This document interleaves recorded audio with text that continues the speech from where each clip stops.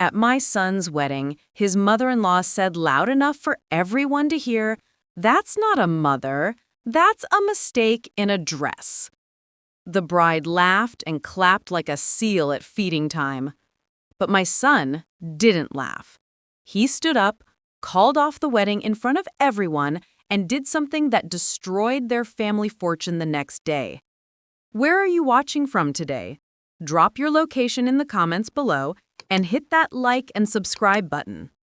Now, let me tell you how we got to this beautiful disaster, because, honey, this story is about as sweet as revenge gets.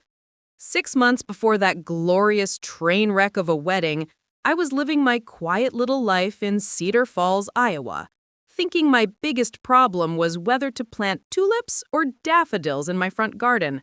At 62, I'd perfected the art of being exactly what people expected. A widow living comfortably on my late husband's pension, driving my sensible Honda Civic, and making casseroles for church potlucks. What they didn't know was that my modest lifestyle was about as real as Victoria's future marriage was going to be. My son Marcus had been dating this Victoria Brennan for 8 months, and I'd met her exactly twice before she started planning their engagement like she was organizing a military invasion. The first time was at Marcus's birthday dinner, where she spent the entire evening photographing her salad for something called Instagram, while asking me pointed questions about my financial security as I aged. Charming girl, really. The second meeting was when she brought her mother, Caroline Brennan, to get to know Marcus's family better. Caroline swept into my modest little house like she was touring a homeless shelter, making helpful suggestions about updating my decor and asking if I'd considered downsizing to something more manageable. Meanwhile, Victoria was in my kitchen opening cabinets and drawers like she was conducting a home inspection. "Mrs. Martinez," Caroline had said, settling into my late husband's recliner like she owned it, "we're just so thrilled that Marcus found someone who understands the importance of family support systems." She smiled, that sharp little smile that rich wives perfect by age 40. "It's wonderful when older family members can contribute what they can, even if it's just emotional support." I nearly choked on my tea. Here I was, being patted on the head like a good little grandmother who might be useful for babysitting someday. If she only knew that I'd been watching my stock portfolio grow for the past 15 years, while she was probably spending her husband's money on whatever rich wives buy to fill their empty days. Marcus, bless his heart, was completely oblivious to the undercurrents. He was so in love he couldn't see that Victoria looked at our family like we were a charity case she'd graciously adopted. And honestly, I was almost impressed by her performance. The girl had studied us like we were a science project, determined to figure out exactly how much we were worth and how she could best manage us. But here's what Victoria and her delightful mother didn't understand about small-town Iowa widows. We didn't survive the farm crisis, 3 recessions, and various family dramas by being stupid. We just let people think we are because it's amazing what folks will say when they think you're harmless. The engagement announcement came in November, and with it, Victoria's first real mistake. She called me personally to share the wonderful news and to let me know they'd already booked the Brennan family estate for a June wedding. Not asking if June worked for our side of the family, mind you, just informing me of the decision they'd made. "Mrs. Martinez," she gushed over the phone, "we're so excited to make Marcus a part of our family. The Brennan estate can accommodate 300 guests easily, and Mother has already spoken to the florist about the arrangements. Of course, we understand that your side of the family might be more modest in their expectations." I made appropriate grandmother noises while mentally calculating exactly how modest Victoria was about to discover my expectations could be. Because you see, my dear soon-to-be daughter-in-law had made one crucial error in her research about Marcus's family background. She'd never asked about my maiden name. 3 weeks after Victoria's condescending phone call, I was sitting in my accountant's office reviewing my annual financial statements when I realized exactly how I was going to handle my future daughter-in-law's superior attitude. The numbers on the page were quite satisfying. 15 years of careful investing had turned my husband's modest life insurance payout into something considerably more substantial than anyone in Cedar Falls suspected. Mrs. Martinez, my accountant, Robert Chen, said, adjusting his glasses as he reviewed my portfolio, "You've done remarkably well with these investments. Your current net worth has reached $3.8 million. I smiled and nodded like this was routine information. But inside, I was doing a little victory dance. My late husband, Daniel, had always said I had a good head for numbers, and apparently he'd been right.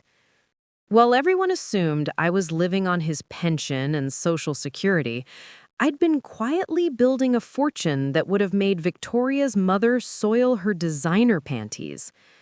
The plan started forming in my mind like a beautiful, terrible flower blooming in spring. Marcus called that afternoon, voice bright with excitement. "Mom, Victoria's parents want to meet you properly before the wedding. They're planning a little dinner party next weekend. Nothing fancy, just immediate family." "How lovely," I said, already imagining what I'd wear to this nothing fancy dinner party. "Will it be at their home?" "Their estate, actually. Victoria says it's been in the family for generations. I guess they have quite a bit of property out in West Hills." "Mom, I should probably mention that the Brennans are, well, they're pretty wealthy. Victoria's dad owns several businesses, and her mom comes from old money.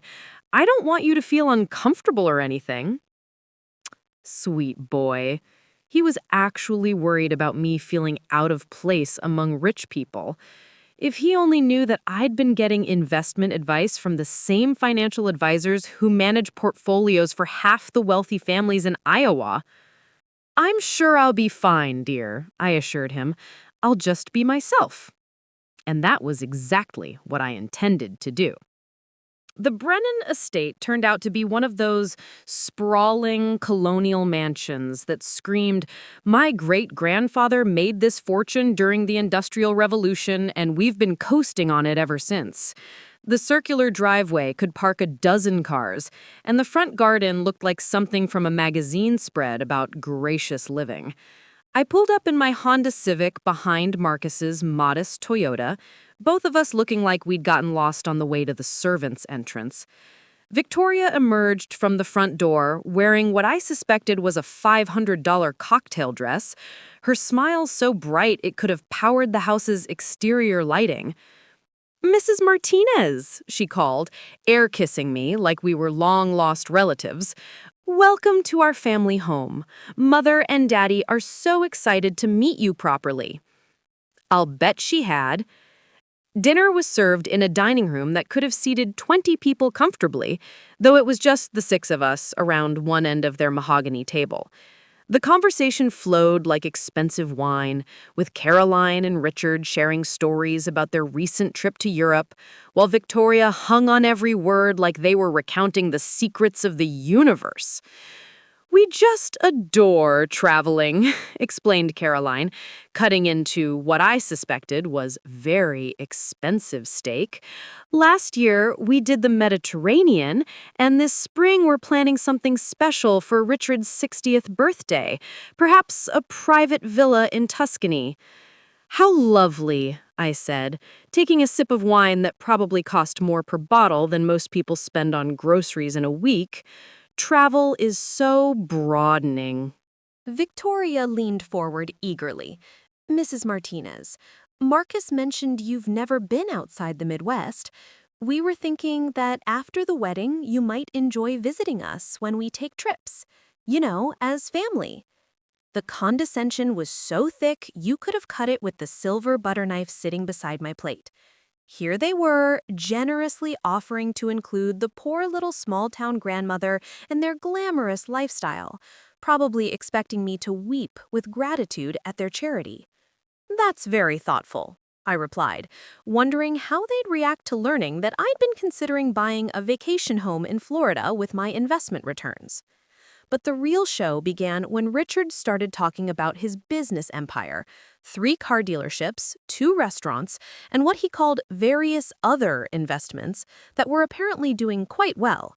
He had that particular swagger that wealthy men get when they're showing off for someone they consider beneath them, explaining market strategies and business principles like he was teaching a kindergarten class. The key to success, he informed me, gesturing with his wine glass, is understanding that money makes money.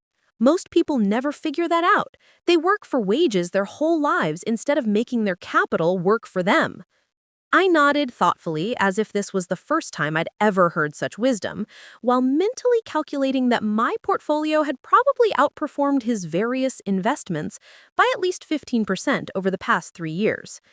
That's when Caroline delivered the line that sealed their fate. "Alina, dear," she said, her voice dripping with fake sweetness, "I hope you don't feel intimidated by all this wealth. We want you to know that we don't expect Marcus' side of the family to contribute equally to the wedding expenses. We understand your limitations." The silence that followed was so complete, you could have heard a pin drop on their precious marble floors.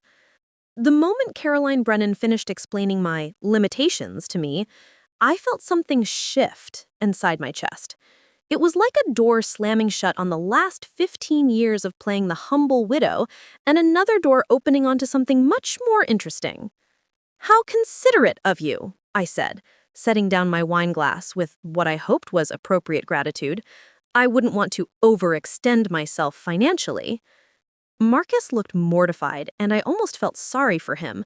The poor boy had no idea he was about to become collateral damage in what was shaping up to be the most educational experience the Brennan family had ever encountered.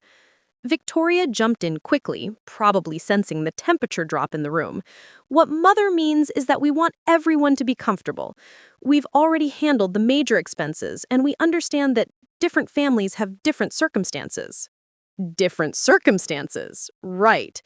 Richard nodded sagely, like he was solving world peace. "The important thing is that we're all family now. Money shouldn't come between family members." Easy for him to say, considering he just spent 10 minutes bragging about his net worth while explaining basic investment principles to the simple widow like I'd never heard of compound interest. I smiled and made appropriate murmurs of agreement while planning exactly how I was going to educate this charming family about assumptions and circumstances. Because, you see, the Brennan family had just made the kind of mistake that rich people make. When they've been rich for so long, they forget that other people might have working brain cells. They'd assumed that modest meant poor and quiet meant stupid. After dinner, Caroline insisted on giving me the full tour of their family home, which was really just an opportunity to show off their art collection, their library full of leather-bound books that probably never been opened, and their master bedroom suite that was larger than my entire downstairs. "The house has been in Richard's family for 4 generations," she explained, running her fingers along the marble mantelpiece in their living room. "We've updated it considerably, of course, but we've maintained its historical character." "It's beautiful," I said, honestly, because it really was. "You must feel very fortunate to have such a legacy." "Oh, we do," Victoria chimed in. "It's part of why Richard and I are so committed to family traditions. We want Marcus to understand what it means to be part of something substantial, something that lasts." The message was clear. Marcus was marrying up, way up, and his little corn-fed family should be appropriately grateful for the elevation in social status. That's when I decided to start phase 1 of what I was already thinking of as Project Education. "Victoria, dear, I hope you won't think I'm being presumptuous, but I'd love to contribute something special to your wedding, perhaps the rehearsal dinner. I know it's traditional for the groom's family to handle that." The 3 Brennans exchanged quick glances. Caroline's smile became just a touch more strained. "Elena, that's so sweet of you to offer," she said carefully, "but the rehearsal dinner is already arranged. We thought it would be easier for us to handle all the details given our experience with larger events." Of course, I nodded. Then perhaps I could handle the flowers or the photography. Another exchange of glances. Richard cleared his throat. The thing is, Elena, we've already contracted with the vendors we prefer to use. They're quite exclusive and probably more expensive than what you're used to working with in Cedar Falls. Ah, there it was again. The gentle but firm message that my modest budget and modest vendors weren't up to Brennan family standards. I understand completely, I said. And I did. I understood that they wanted complete control over Marcus's wedding so they could showcase their wealth and social position while keeping his family in the background, like embarrassing relatives you had to invite but hoped wouldn't embarrass you too much.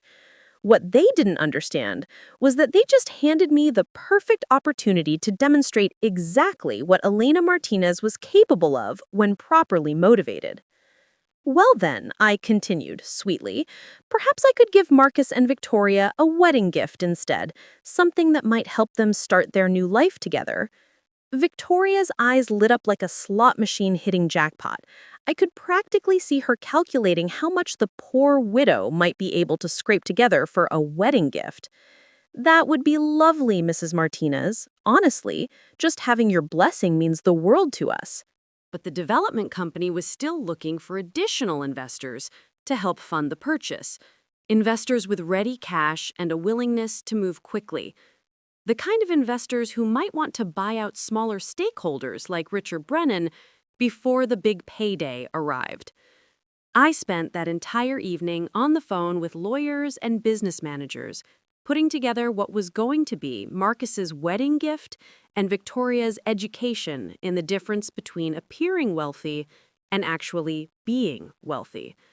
Phase 2 of Project Education was about to get very interesting. 2 weeks before the wedding, I was sitting in my lawyer's office reviewing papers that would have made Richard Brennan very, very nervous if he'd known they existed. But Richard was too busy basking in his role as the generous father-in-law, giving Marcus his big break in the car business, to pay attention to what Marcus's humble, small-town mother might be doing with her time. "Everything is in order, Elena," my attorney, Sarah Mitchell, said, sliding the documents across her desk. "The investment company is legally established, Marcus is listed as the primary beneficiary, and the initial funding is confirmed. Are you absolutely sure about this strategy?" I looked at the papers that would transfer my son from Richard Brennan's employment trap into complete financial independence, and I'd never been more sure of anything in my life. "Sarah, I've spent 15 years watching my investments grow, while people assumed I was just another widow living on Social Security and casseroles. I think it's time Marcus learned that his mother isn't quite as helpless as everyone believes." The plan was beautifully simple. Instead of Marcus taking Richard's commission-based job at the dealership, he would become the managing partner of Martinez Investment Properties, a company that would purchase Richard's stake in the shopping center development project, along with several other strategic investments that I'd been monitoring for months. Marcus would start his married life not as Richard's financially dependent employee, but as a businessman with enough capital to buy and sell Richard Brennan's empire twice over. The wedding gift would be presented as a modest check that Marcus and Victoria could use for whatever they wanted, maybe a down payment on a house, maybe some furniture, maybe a nice honeymoon. Nothing that would alarm the Brennan family or make them suspicious.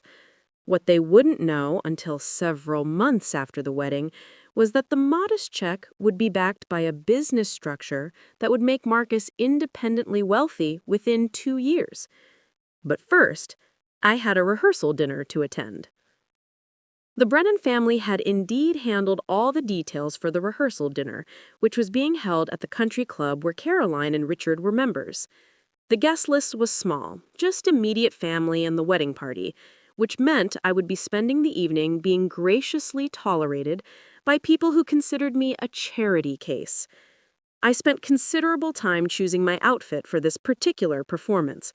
Nothing too expensive looking, nothing that would contradict my carefully maintained image as the modest widow, but something nice enough to show that I was making an effort to fit in with their standards.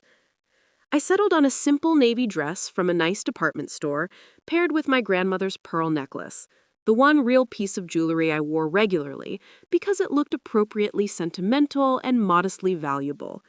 What none of them knew was that I'd had those pearls appraised years ago, and they were worth approximately $15,000. My grandmother had excellent taste in jewelry, even if she'd lived modestly, just like her granddaughter. The country club was exactly what I'd expected. All polished wood and leather chairs, and the kind of understated elegance that screamed, "We have so much money, we don't need to prove it." Caroline had reserved the private dining room, and the table was set with china that probably cost more than most people's cars. I arrived precisely on time, carrying a modest gift bag containing a picture frame I'd purchased specifically for this occasion. Nothing too expensive, nothing that would seem presumptuous, just something appropriate for the mother of the groom to give to the happy couple. "Elena," Victoria squealed, air-kissing me like we were the closest of friends. "You look lovely. That necklace is so vintage." "Vintage? Right." "Thank you, dear," I said, handing her the gift bag. "Just a little something for you and Marcus to remember this special time." She opened it immediately, of course, and her smile became just a touch more forced when she saw the simple silver frame. It's very sweet," she said, clearly calculating how quickly she could hide it in a closet after the wedding. Marcus hugged me warmly, looking handsome in his new suit, probably the most expensive clothing he'd ever owned, courtesy of the Brennan family's insistence on appropriate formal wear for their country club standards. "Thanks, Mom. I know this has all been kind of overwhelming. I really appreciate you being so flexible about everything." Flexible. Another interesting word choice. Richard and Caroline held court at their end of the table, regaling the group with stories about other weddings they'd attended at the club, other social events, other demonstrations of their established place in local society. They were in their element, surrounded by the kind of people who understood the importance of appearances and social position. The conversation flowed along predictably elegant lines until Caroline asked me about my plans after the wedding. "Elena, now that Marcus will be starting his new position and moving closer to town, you'll probably be rattling around in that big house all by yourself," she said with concern that sounded almost genuine. "Have you thought about downsizing? There are some lovely senior living communities that might be perfect for someone in your situation." Senior living communities for someone in my situation? I smiled sweetly and took a sip of wine that probably cost more than my monthly grocery budget. "That's thoughtful of you to worry, though I think I'll stay put for now. The house has so many memories, and I'm quite comfortable there." "Of course," Richard jumped in, "but as we get older, it's important to be practical about these things. Maintenance costs, property taxes, the burden of home ownership. Sometimes it makes more sense to let professionals handle those responsibilities." The burden of home ownership. Like I was some doddering old woman who couldn't figure out how to pay bills or call a repair service. I'll certainly keep that in mind, while mentally calculating that my house was paid off, worth approximately $180,000, and cost me less per month to maintain than most people spent on car payments. That's when Caroline delivered the line that confirmed everything I'd suspected about the Brennan family's opinion of Marcus's background. "You know," she reached over to pat my hand like I was a confused child. "You know, Victoria and Marcus want to have children fairly soon, and we'd love for their little ones to have a grandmother who can really contribute to their upbringing, someone stable and appropriate." Your blessing? Like I was the village elder bestowing wisdom on the young couple instead of Marcus's mother, who'd raised him alone for the past 12 years and deserved a little more respect than being patted on the head and told to stay in my lane. I smiled my most grandmotherly smile and made mental notes about guest lists and seating arrangements and exactly which reporters from the Cedar Falls Gazette might be interested in covering what was going to be the social event of the year. Because Victoria Brennan was about to learn that there's a big difference between being humble and being harmless. And Richard Brennan was about to discover that some people understand making money work for them better than he'd ever imagined. But first, I had some research to do and some phone calls to make, starting with my investment advisor, who was going to be very surprised by my request to liquidate certain assets for what I was going to tell him was a family wedding gift. Phase 1 of Project Education was about to begin. The morning after my enlightening dinner with the Brennan family, I sat in my kitchen with my laptop and a fresh cup of coffee, beginning what I like to think of as my due diligence research. If Richard and Caroline Brennan wanted to play the wealthy family superiority game, I figured I should understand exactly what kind of wealth I was dealing with. What I found was interesting. The Brennan family business empire, while impressive sounding, was built on some surprisingly shaky foundations. Richard's 3-car dealerships were heavily leveraged, with 2 of them showing declining sales over the past 18 months. His restaurants had mixed reviews and what appeared to be significant debt. His various other investments he bragged about seemed to consist mainly of some rental properties and a small stake in a local shopping center that was losing tenants to the new mall outside town. The house, while beautiful, was mortgaged to roughly 70% of its current value. Caroline's old money appeared to be more like old debts. Her family's fortune had been significantly reduced by her father's gambling problems and her brother's series of failed business ventures.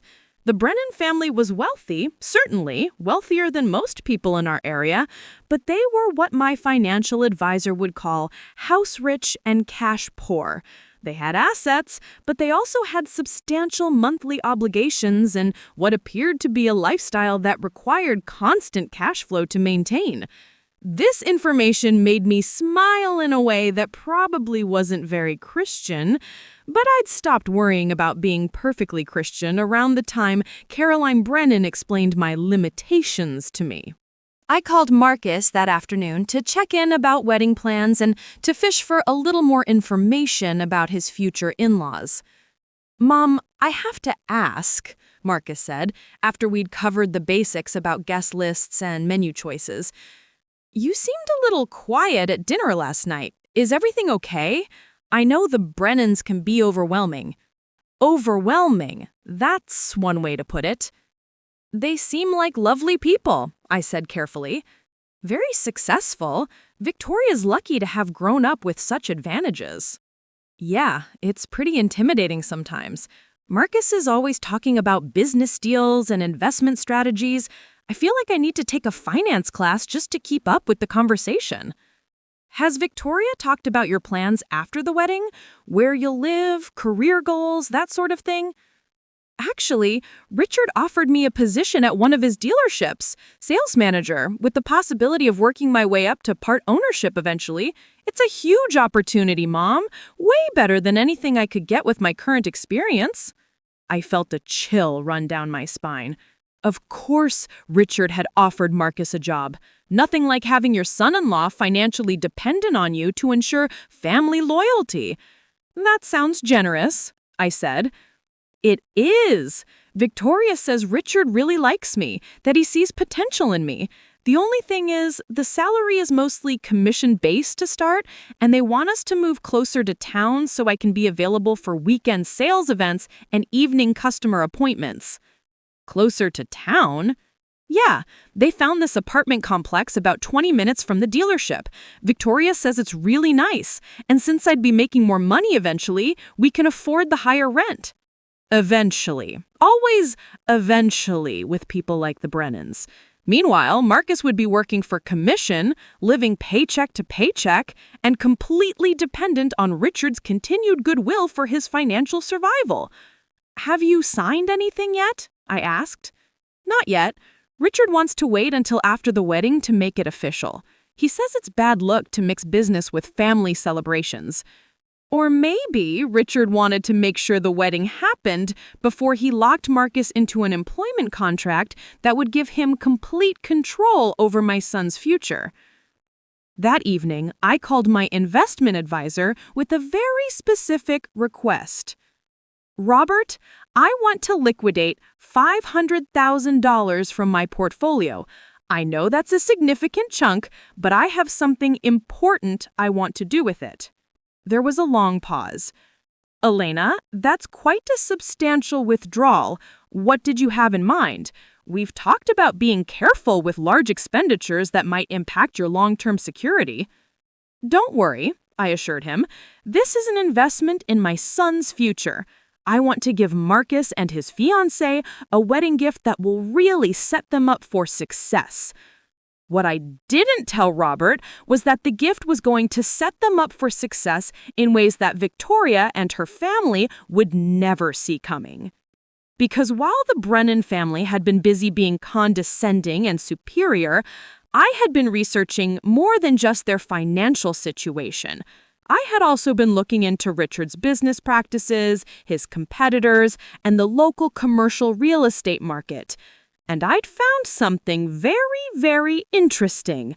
The shopping center that Richard owned a small stake in, it was about to be sold to a development company that wanted to tear it down and build a new medical complex. The sale would happen in approximately 8 months, and current investors stood to make about 300% return on their investments. Appropriate. The word hung in the air like a challenge, and I felt my smile become sharp enough to cut glass. I certainly hope I'll be able to contribute, I said quietly. What I didn't say was that my contribution to my future grandchildren's upbringing was going to include trust funds that would pay for their college educations, down payments on their first houses, and enough financial security to ensure they never had to depend on anyone's charity or condescension, including their other grandparents. But first, I had to get through this wedding without letting any of them see what was coming. The rehearsal dinner continued with toasts and well wishes and all the appropriate social rituals. I played my part perfectly.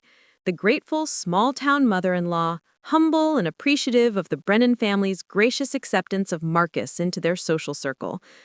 What none of them could see was the envelope in my purse containing Marcus's real wedding gift, or the phone calls I'd be making the morning after the wedding to set in motion the chain of events that would change everything. Because tomorrow, Victoria Brennan would become Victoria Martinez, and she was about to discover exactly what that name was really worth. The morning of Marcus's wedding dawned bright and clear, which felt somehow inappropriate for what I knew was going to be one of the most dramatically satisfying days of my life. I'd spent the previous evening double-checking every detail of my plan while pressing my simple mother-of-the-groom dress, a modest blue ensemble that had cost exactly $89 at JCPenney and would help maintain my carefully crafted image for just a few more hours. What the Brennan family didn't know was that I'd spent the past week making phone calls that would fundamentally alter their financial landscape. But first, I had to survive this wedding without laughing out loud at the sheer audacity of people who thought they could patronize Elena Martinez and get away with it. I arrived at the Brennan estate at 10 o'clock in the morning, as requested, carrying a wedding card containing what appeared to be a modest check for $5,000, enough to seem generous from a small-town widow, but not so much as to raise suspicions about my actual financial capacity. What they couldn't see was the additional paperwork in my car that would transfer Marcus from Richard's employee to Richard's business competitor by Monday morning. The estate was buzzing with activity. Florists were arranging what appeared to be $50,000 worth of roses and lilies throughout the grounds. Caterers were setting up stations that could have fed half of Cedar Falls, and a string quartet was doing sound checks on the terrace where the ceremony would take place. Caroline was in her element, directing traffic like a general commanding troops, while Victoria glided around in a silk robe that probably cost more than my monthly grocery budget, accepting compliments on her upcoming transformation from Brennan daughter to Brennan daughter-in-law. "Elena!" Caroline called, spotting me near the gift table. How lovely that you're here early. Victoria specifically requested that Marcus's family feel included in all the preparations. Feel included. Right. How thoughtful, I said, placing my card among the collection of envelopes that probably contained enough money to fund a small country's annual budget. Is there anything I can help with? Oh, how sweet of you to offer, Caroline gushed, but we have everything well in hand. Professional coordination, you understand. We wouldn't want any mishaps on such an important day. Translation: stay out of the way and let the competent people handle things. I smiled and nodded while mentally reviewing the timeline I'd established with my business managers. Phase 1 had already been completed. Martinez Investment Properties now owned controlling interest in 3 local commercial developments, including the shopping center project that Richard thought was his retirement nest egg. Phase 2 would be implemented Monday morning when Marcus received the complete documentation of his new business holdings. Phase 3 would unfold over the following weeks as Richard discovered that his various investments had been systematically purchased by a competitor who was offering his tenants better deals and more flexible lease terms. But first, I had a wedding to attend and a performance to complete. Marcus found me an hour before the ceremony, looking nervous and handsome in his formal wear. The Brennan family had spared no expense on his wedding attire: custom tuxedo, Italian shoes, gold cufflinks that probably cost more than he made in a month at his current job. "Mom," he said, giving me a hug that felt just a little desperate, "this whole thing is pretty overwhelming." "You look wonderful, sweetheart," I assured him, straightening his bow tie. "Victoria's a lucky woman." "I hope so," he said quietly.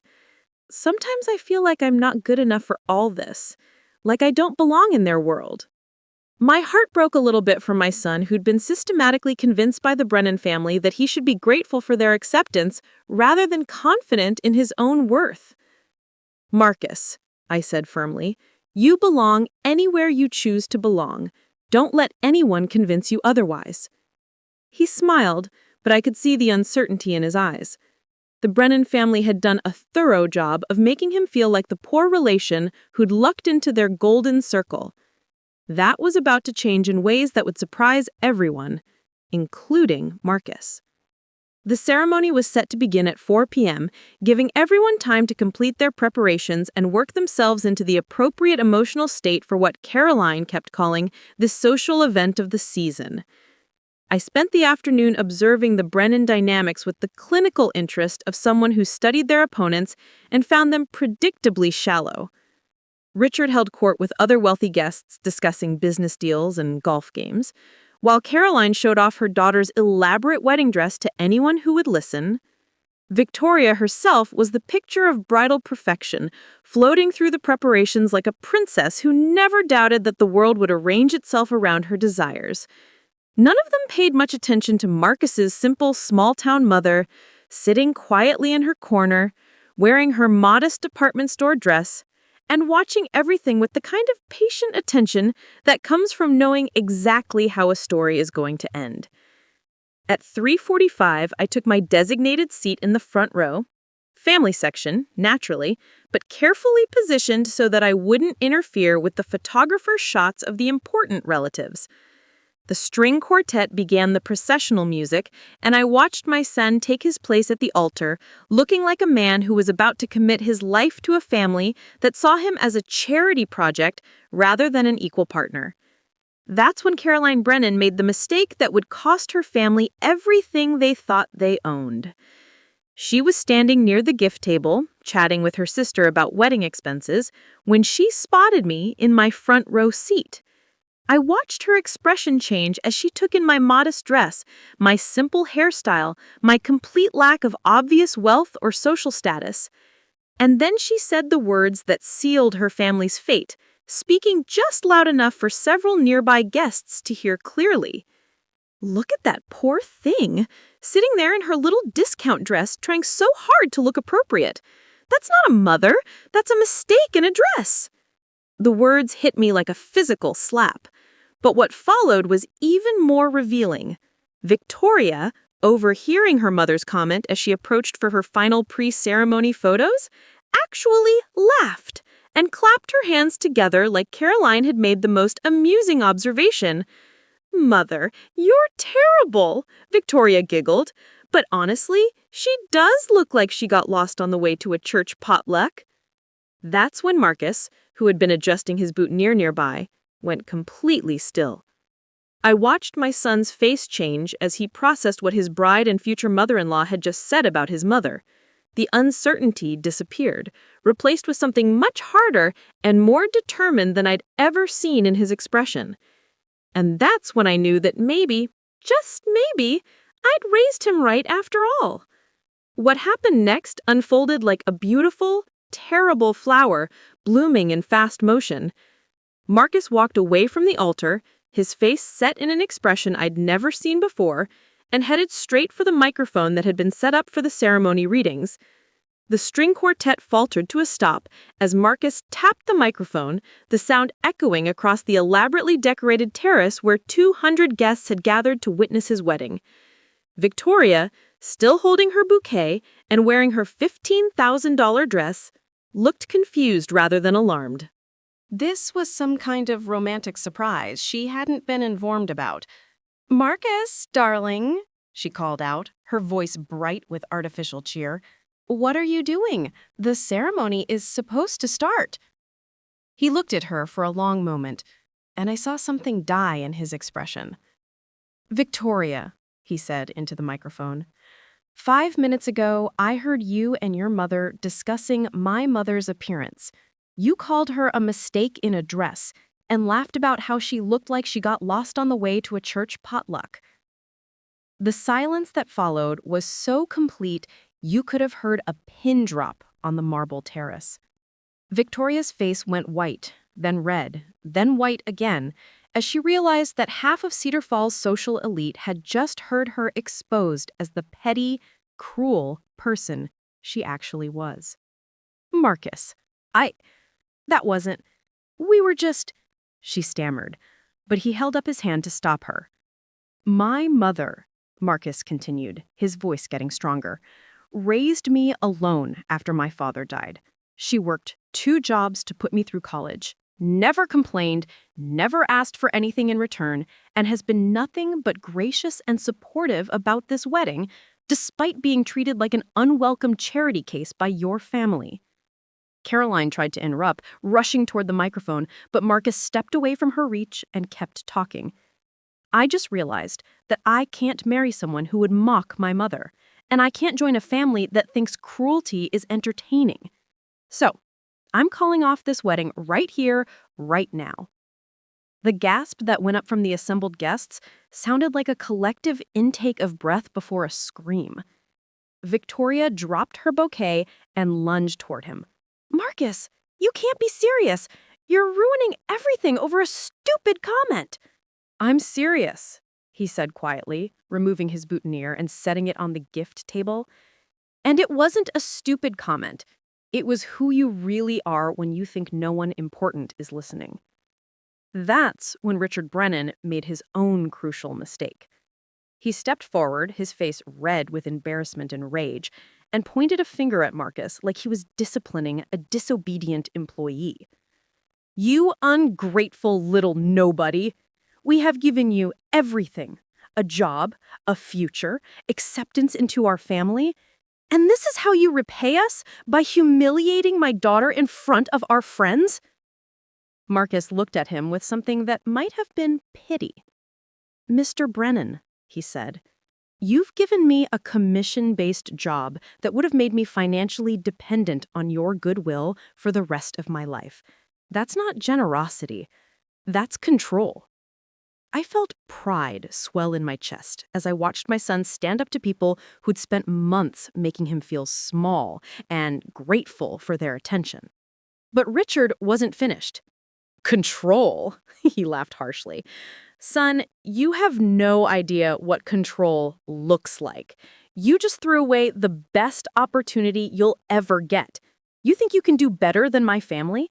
You think your small-town background and your modest little mother are going to open doors for you?" He gestured dismissively in my direction. And that's when I decided it was time to stop being invisible. I stood up slowly, smoothing down my discount dress, and walked toward the microphone with the kind of calm dignity that comes from knowing you hold all the cards in a game other people don't even realize they're playing. "Marcus, sweetheart, would you mind if I said a few words?" He handed me the microphone with a smile that told me he was ready to hear whatever his mother had to say. I looked out at the assembled guests, Cedar Falls' wealthiest families, business leaders, social climbers, and various hangers-on who'd come to witness what they thought would be the social event of the season. "First," I said, "I want to thank the Brennan family for hosting such an educational afternoon. It's been very illuminating to see how certain people behave when they think they have all the power in a situation." Caroline's face was now an alarming shade of purple, while Victoria looked like she was going to faint. "Richard," I continued, looking directly at him, "you're right that control is important in business relationships. That's why I spent this week purchasing your stake in the Riverside Shopping Center development project." The color drained from Richard's face, like someone had pulled a plug. "What are you talking about?" he whispered. "I'm talking about Martinez Investment Properties, which now owns controlling interest in several local commercial developments, including the one you've been counting on for your retirement funding." I turned to address the crowd, most of whom were staring at me like I just announced I was an alien. You see, Caroline was right about one thing. I do have limitations. My limitation is that I don't tolerate people who mistake kindness for weakness or modesty for stupidity. The silence stretched until you could have heard a butterfly land on the roses. "Marcus," I said, handing him back the microphone, "your wedding gift is in my car. I think you'll find it provides better opportunities than anything the Brennan family was offering." And with that, I walked back to my seat and waited for the real show to begin. The aftermath of Marcus's wedding cancellation unfolded like a masterpiece of social destruction, and I had the best seat in the house for every beautiful, chaotic moment. The Brennan family's carefully orchestrated social event had become a public humiliation that would be talked about in Cedar Falls for years to come. Richard was now following me toward my car, his face flushed with a combination of rage and what I was beginning to recognize as genuine panic. The man who spent dinner explaining basic investment principles to the simple widow was apparently beginning to understand that I might know more about business than he'd assumed. "What exactly do you think you're doing?" he hissed, catching up to me near the parking area. "You can't just make wild claims about business acquisitions. There are legal consequences for defamation." I unlocked my Honda Civic, the same modest car that had helped maintain my carefully crafted image for the past several months, and retrieved a leather portfolio from the back seat. "Richard," I said calmly, "I never make claims I can't support with documentation." I opened the portfolio and handed him a stack of papers that I'd been looking forward to sharing for weeks. His hands actually trembled as he read the investment contracts, property transfer agreements, and business incorporation documents that legally established Martinez Investment Properties as a major player in the local commercial real estate market. "This is impossible," he whispered. "These properties, the Riverside project, the medical center development, do you have any idea how much capital this represents?" "Approximately $2.1 million in initial investments, with projected returns of roughly $6.8 million over the next 18 months, though I suppose that depends on how current property owners negotiate their exit strategies." The implications hit him like a freight train. Not only had I purchased his stake in the developments, I'd positioned myself to control whether his remaining investments made him money or cost him everything. "What do you want?" he asked, and for the first time, his voice held none of the condescending superiority I'd been hearing for months. "Want?" I laughed. "Richard, I don't want anything from you. I never did. You and your family assumed I needed your acceptance, your financial opportunities, your social approval. But the truth is, I was perfectly happy before Victoria decided Marcus needed to be elevated to Brennan family standards. Marcus was reading through his business documents with an expression of growing amazement and pride. Mom, this is incredible. But why didn't you tell me? Why did you let the Brennan family treat you like... Like a poor relative they were generously tolerating, I finished. Because, sweetheart, sometimes the best way to deal with people who judge others by their bank accounts is to let them reveal exactly who they are when they think they have all the power. That's when Caroline Brennan appeared at Richard's shoulder, having finally worked up the courage to follow her husband's confrontation with the woman she'd called a mistake in a dress. "Elena," she said, her voice strained with the effort of maintaining politeness, "surely we can discuss this situation like reasonable adults. There's been a misunderstanding."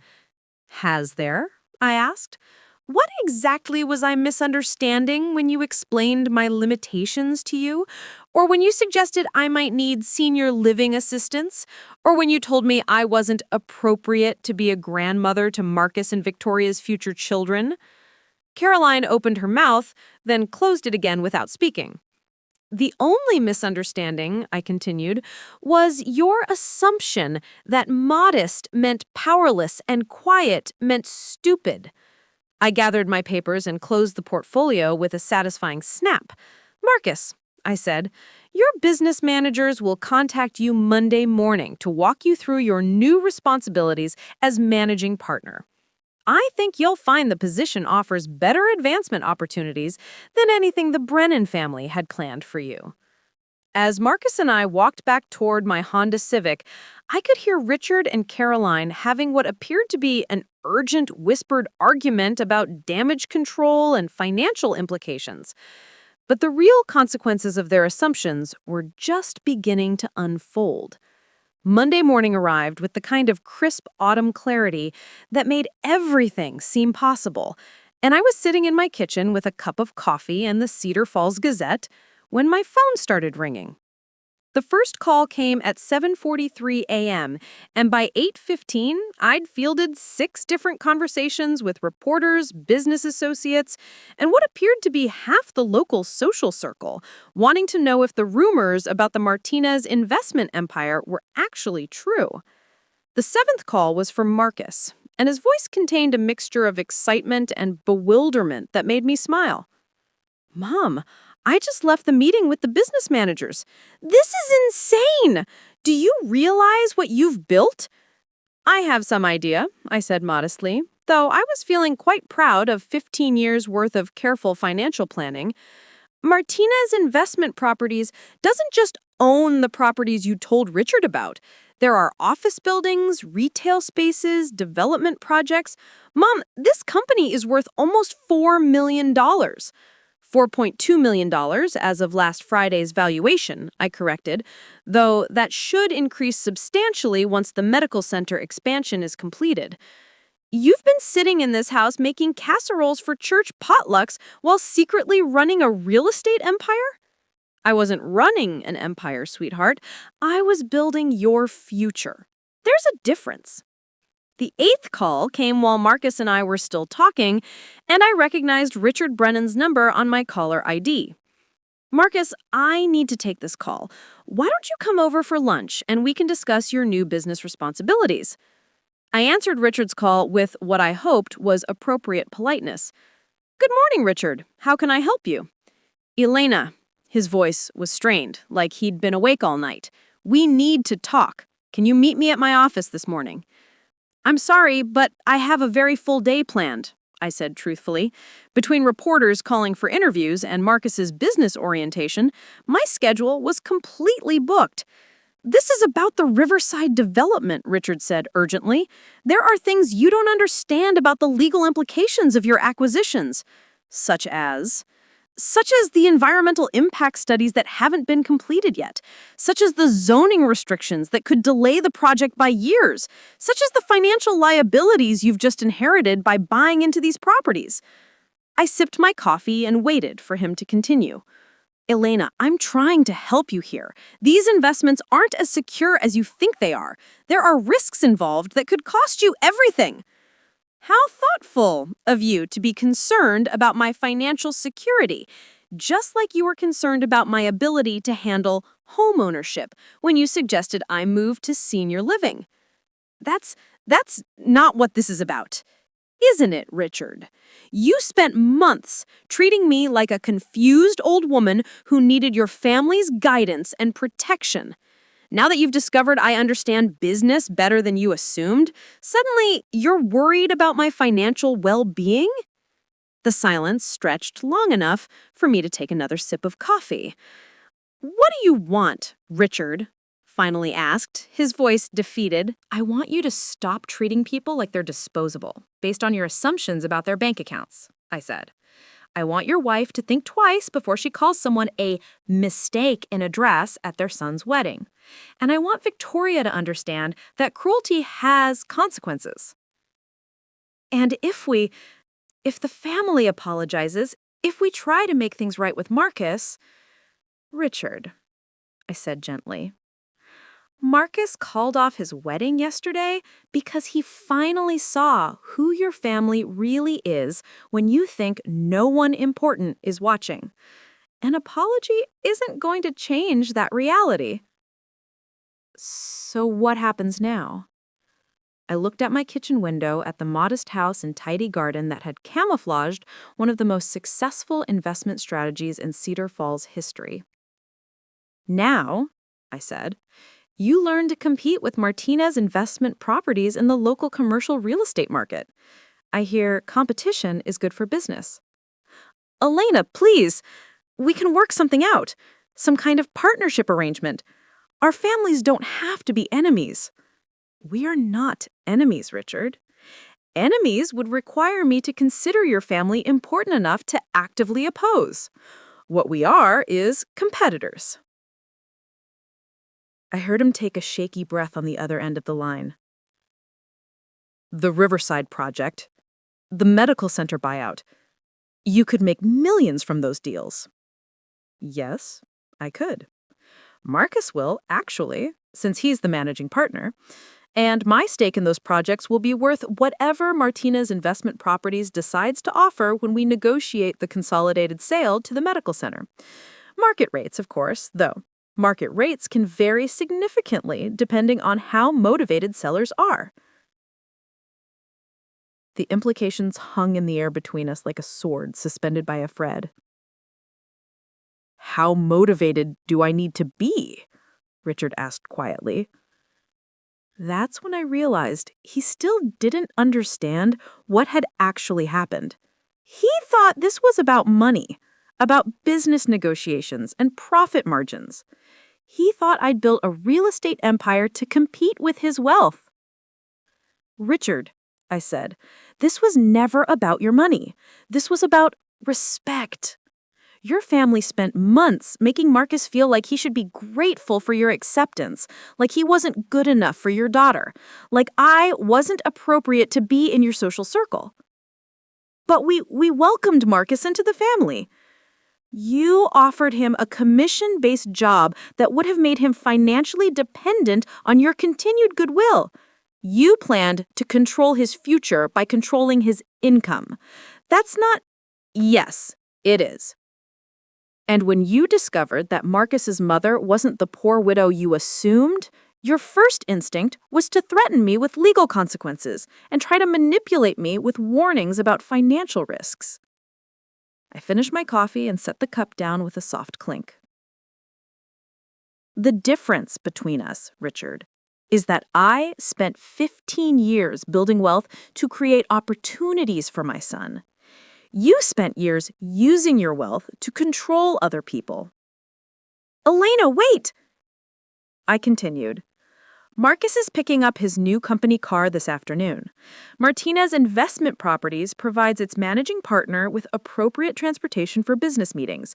I believe he selected something German and expensive. I could hear him breathing heavily on the other end of the line. Oh, and Richard, Caroline might want to start looking for a new venue for her charity luncheon next month. The country club lease is up for renewal, and Martina's investment properties just purchased the land their building sits on. I hung up before he could respond, feeling more satisfied than I'd felt in months. Phase 3 of Project Education was proceeding exactly as planned. 3 months later, I was sitting in the executive conference room of Martina's investment properties, watching Marcus conduct a business meeting with the kind of confidence that comes from knowing you own the building you're sitting in.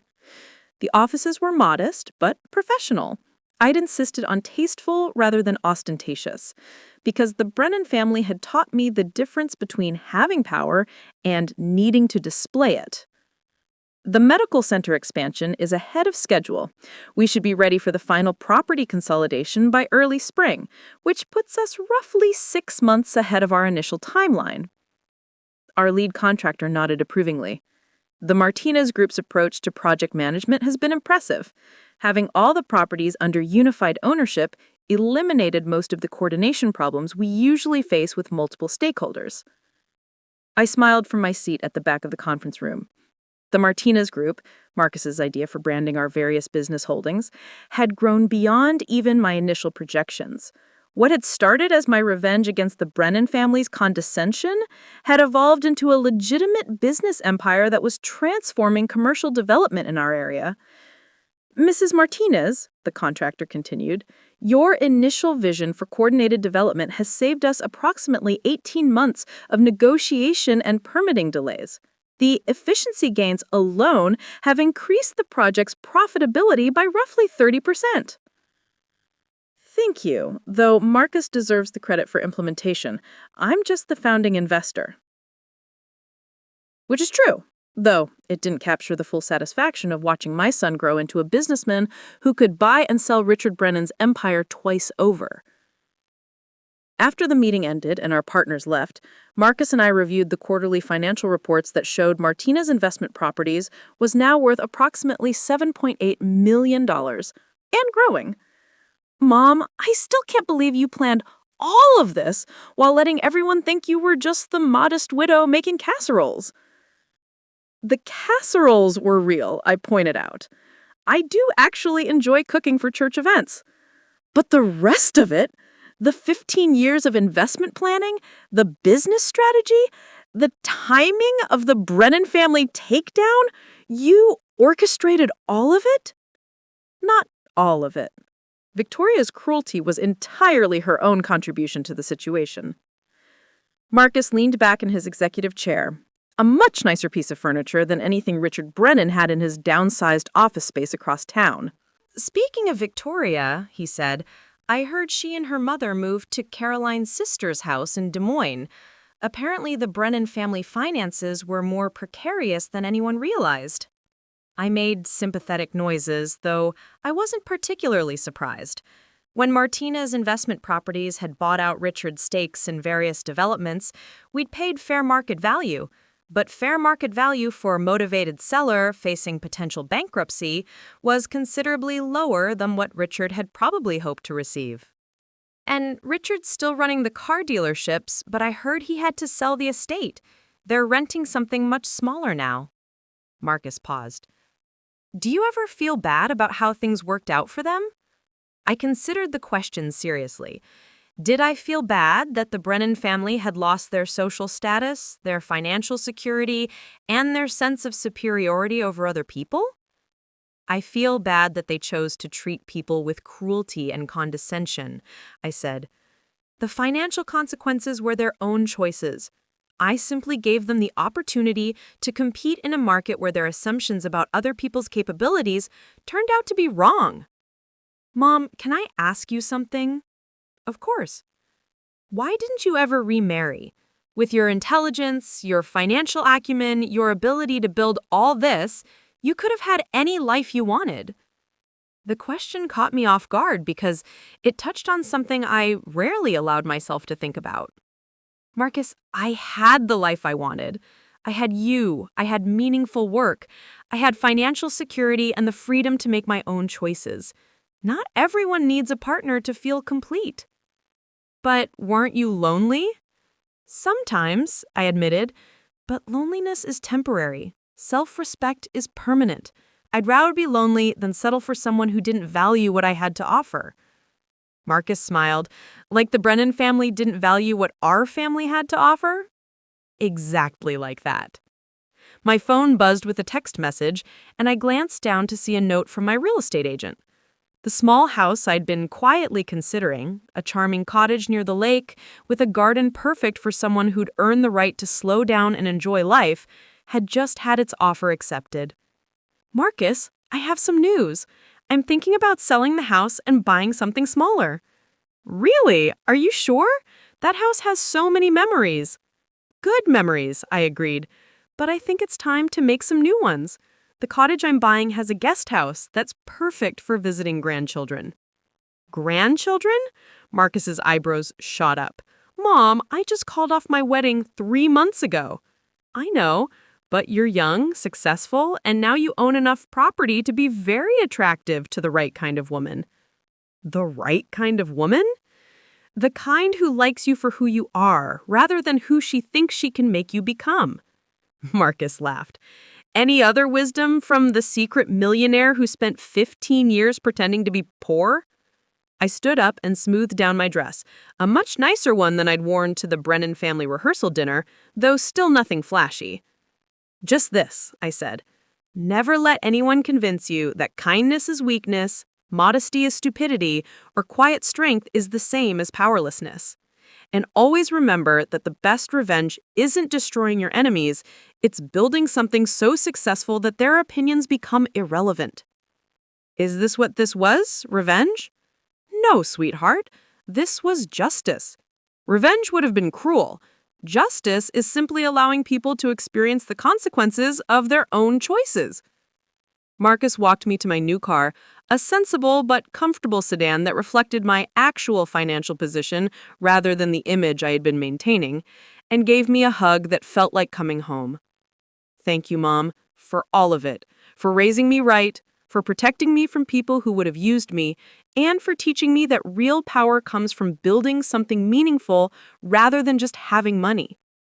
As I drove home through the streets of Cedar Falls, I passed the Brennan family estate, which now had a for sale sign on its front lawn and an air of abandoned grandeur that would have made me sad if I didn't remember Caroline's comment about mistakes in dresses. Sometimes people create their own consequences, and the kindest thing you can do is step aside and let those consequences unfold naturally. I pulled into my driveway and sat for a moment, thinking about the journey from that condescending dinner party to today's successful business meeting. 15 years of careful planning, months of strategic patience, and one beautifully timed revelation had transformed not just my son's future, but our entire family's legacy. Elena Martinez had started this story as a widow pretending to be poor. She was ending it as a businesswoman who'd proven that underestimating quiet strength was the most expensive mistake the Brennan family had ever made. And honestly, that felt like exactly the right ending. Thanks for listening. Don't forget to subscribe, and feel free to share your story in the comments. Your voice matters.